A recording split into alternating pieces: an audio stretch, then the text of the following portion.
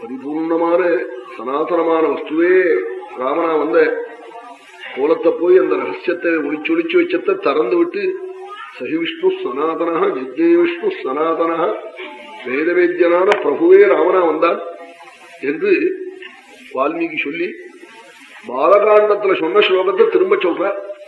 மகாகவிகள் சொன்ன ஸ்லோகத்தை திரும்ப சொல்ல மாட்டார். பெரிய சமயக்காரன் மாப்பிள்ளை இழப்பன்னைக்கு கல்யாணத்துக்கு முதல் நாள் ராத்திரி சம்பந்திகளுக்கு பண்ணின கரிகா மறுபடியும் சம்பந்தி ஊருக்கு போற மட்டும் திரும்பி அது வராது. வந்தா வேற விதமா வரும். ஆமா, முதல் நாள் ராத்திரி பூஷணிக்காய் சாம்பாரா பண்ணிருந்தான்னா மறுநாளைக்கு அது பூஷணிக்காய் குகுந்தா வருமே தவிர்த்து அந்த ரூபேன வராது. மத்தனையும் இளவனையும் வராது. அது வேற பிரகாராந்தரமா வரும். அது மாதிரி மகாகவிகள் சொல்ல திரும்ப சொல்ல மாட்டார். சொன்ன ஸ்லோகத்தையே திரும்ப சொல்றார் வால்மீகி.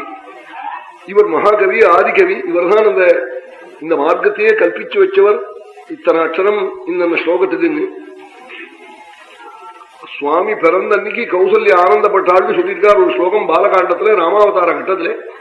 அதே இங்க அயோத்தியா காண்டத்துல சுவாமிக்கு 25வது வயசுல திரும்ப கௌசல்யா சுசுபேதேன புத்ரேணாமிததேஜதா யதா வரேண தேவானாம் அதிதி வஜ்ரபாணினா. அதே ஸ்லோகத்தை கௌசல்ய பரமானந்தப்பட்டாள்னு சொல்றார். திரும்ப சொல்லலாமா? ஒரு அர்த்தம் இருந்தா திரும்ப சொல்லலாம். ஒரு விதமா அந்த பூஷணிக்கா வரலாம்னு சொன்னேனோ இல்லையோ அது மாதிரி ஒரு அர்த்தம் இருக்குங்க.